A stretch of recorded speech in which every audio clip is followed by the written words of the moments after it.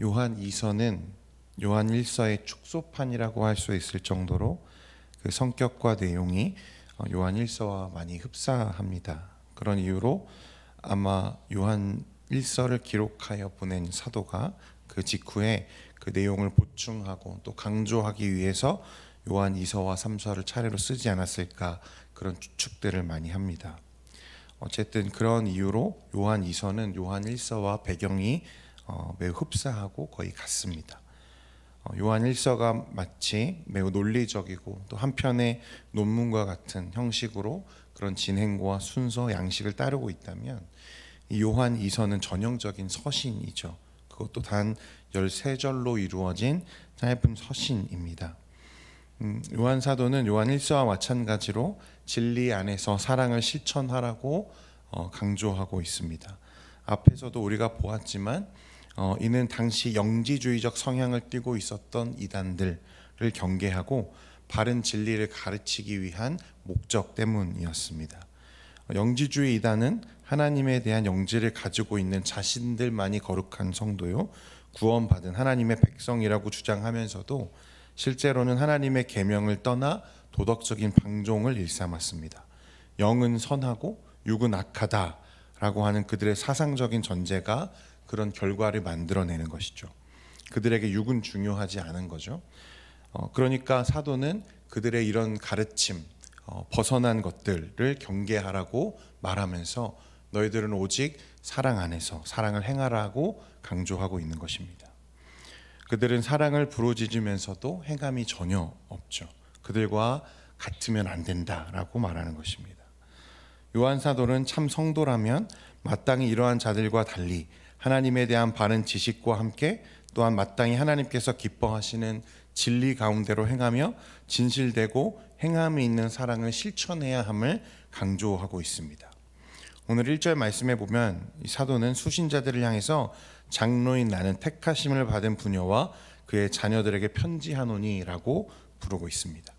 이 부녀와 그의 자녀들이 누구인지는 정확하게 알 수 없지만 전통적으로 이 개인을 가리키는 것인지 아니면 성경에서 하나님의 택함을 받은 이스라엘 백성을 처녀 혹은 신부와 같은 여성으로 표현하고, 신약 성경에서도 교회와 성도를 그리스도의 신부로 표현해 왔다는 점을 근거로 해서 이것은 단순하게 개인을 가리키는 게 아니라 교회와 성도를 가리키는 표현이다라고 여겨져 왔습니다. 이게 전통적인 해석이죠.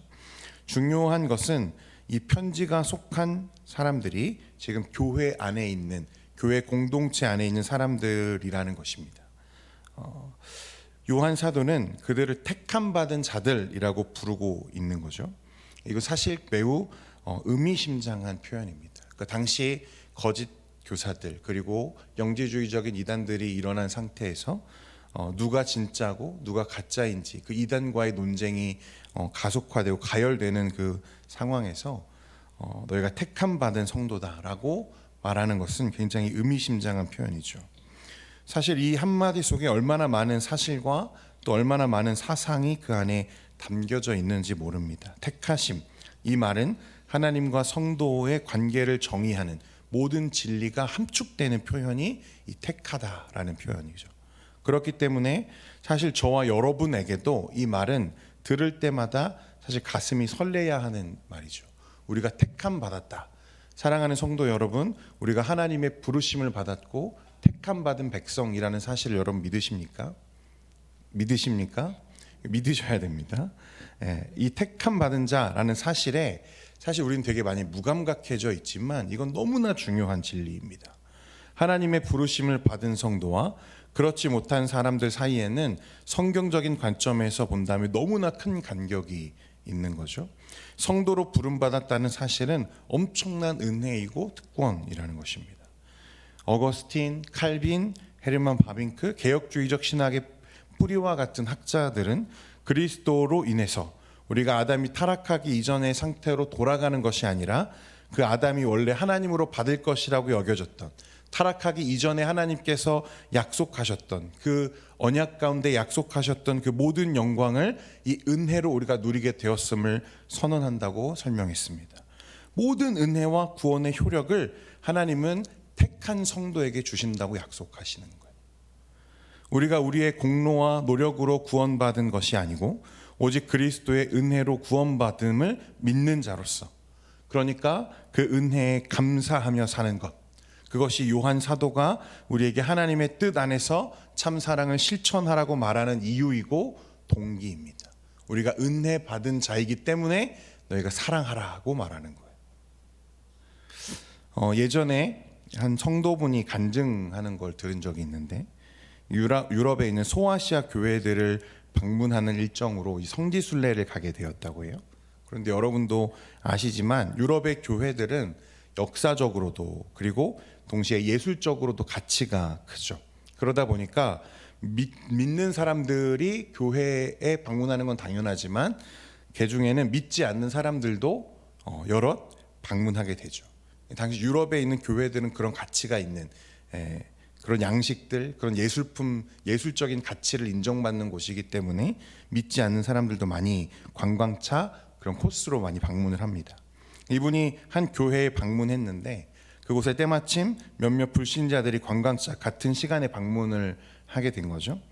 이제 교회 십자가상 앞에서 이 사람들이 말로 하기 힘든 아주 상스러운 표현들로 예수님을 비하하는 것을 그들이 들었다는 거예요. 저 사람은 뭘 저렇게 잘못해서 저런 끔찍한 벌을 받았을까?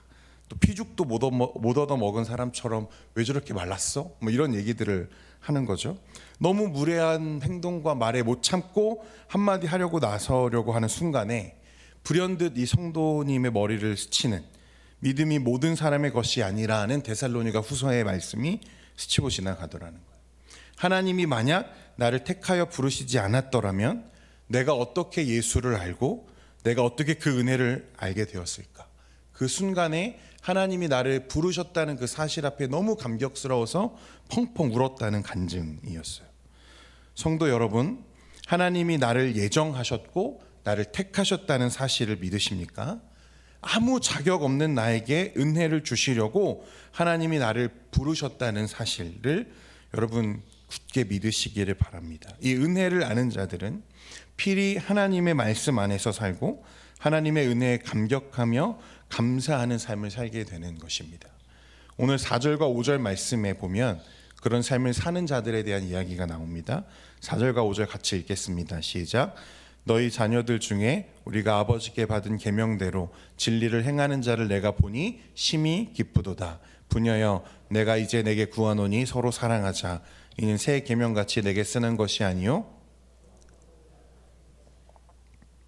사도 요한은 성도들의 이런 모습, 하나님의 말씀대로 진리를 행하는 사람들, 사랑하는 자들을 보니 심히 기쁘다고 말합니다.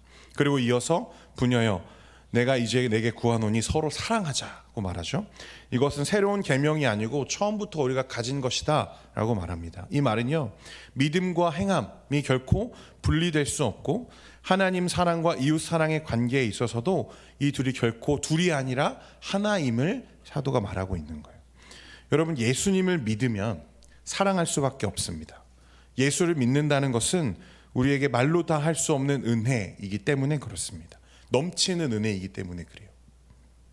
6절에 보면 또 사랑은 이것이니 우리가 그 계명을 따라 행하는 것이요 계명은 이것이니 너희가 처음부터 들은 바와 같이 그 가운데서 행하라 하심이라. 여러분, 부부는 닮는다는 말이 있습니다. 여러분 공감하십니까? 저보다 더 오래 결혼 생활하신 분들이 대부분이신데 저는 제 아내와 다른 부분이 참 많거든요. 어떻게 이렇게 다를까 하는 부분들이 참 많습니다. 그래서 처음 결혼했을 때는 그런 것들로 인해서 불편했던 게 한두 가지가 아니었던 것 같아요. 서로 선호하는 기호도 많이 다르고 좋아하는 음식도 다르고 대화하는 방식도 다르고. 그런데 결혼하고 10년 정도 지나니까 왜 부부가 닮는다고 하는지 이제 좀 알겠습니다. 그리고 그 이유를 곰곰이 생각해 보니까 이 사랑하니까 서로 불편해도 어떻게 하죠? 맞추려고 노력하고 조금씩 자신의 것을 내려놓고 그렇게 노력하는 중에 어떻게 되는 거죠? 서서히 닮아가는 거죠. 행동도 닮아지고 식성도 닮아지고 그런 게 아닌가 싶습니다. 여러분, 우리가 왜 사랑해야 할까? 요한일서에서도 사도 요한이 말했지만 하나님은 무엇이라고 말씀하시죠? 하나님이 사랑이시죠. 그리고 그 사랑이 누구를 통해서 우리에게 확증됩니까? 예수 그리스도. 그러니까 우리가 예수를 믿는다고 하면, 우리가 예수를 사랑하면 어떻게 되는 거죠? 예수를 닮아가죠. 예수를 닮게 되면 어떻게 됩니까? 당연히 사랑하죠. 이게 떨어질 수가 없는 거예요. 예수님을 믿으면 여러분 사랑하게 됩니다. 믿으십니까? 이게 진리인 거예요. 사도 요한은 지금 그것을 우리에게 말하는 것입니다. 로마서 5장 8절에 보니까 우리가 아직 죄인 되었을 때에 그리스도께서 우리를 위하여 죽으심으로 하나님께서 우리에 대한 자기의 사랑을 어떻게 하셨다? 확증하셨다 했습니다. 하나님의 사랑은 예수 그리스도를 통해서 우리에게 확증되었습니다. 이제 믿음으로 하나님의 백성이 된 우리를 성경은 그리스도의 신부라고 표현합니다. 주님과 결혼했어요. 우리가 현재는 많이 부족하고 또 많이 모자란 부분도 많이 있지만 그리스도의 사랑 안에서 서로 사랑하며 빚어져 가는 상태죠. 그러므로 사랑하는 성도 여러분, 오늘 하루의 삶을 살아갈 때 여러분 주님과 조금 더 닮아가는 여러분 되기를 원합니다. 사도 요한이 우리에게 말하는 것처럼 서로 사랑하는 여러분 되시기를 바랍니다. 그것이 믿는 자로서 하나님의 은혜로 살아가는 백성으로서 우리가 마땅히 오늘 하루에 품어야 할 마음이고 또 하나님의 생각입니다. 기도하겠습니다. 거룩하신 하나님 아버지, 오늘도 새벽에 우리를 말씀으로 인도하시고 또 사랑, 하나님의 사랑, 예수 그리스도를 다시 묵상하게 하시니 감사합니다. 하나님, 우리의 삶에 저 세상의 은혜를 알지 못하는 자들과 같은 그런 연약함들이 있다면 주님의 은혜 안에서 감추시고 하나님의 사랑, 이 진리 앞에 우리가 서로 맞추어 가듯 또 사랑하는 우리가 될 수 있도록 은혜 베풀어 주옵소서. 오늘도 하나님 앞에 연약함 가운데 또 기도하기 위해 나온 우리 성도들의 삶 가운데 하나님 동행하여 주시고 하나님의 은혜와 진리가 그 안에 가득 머무를 수 있도록 주님 충만하게 채워 주옵소서. 예수님의 이름으로 기도합니다. 아멘. 지금은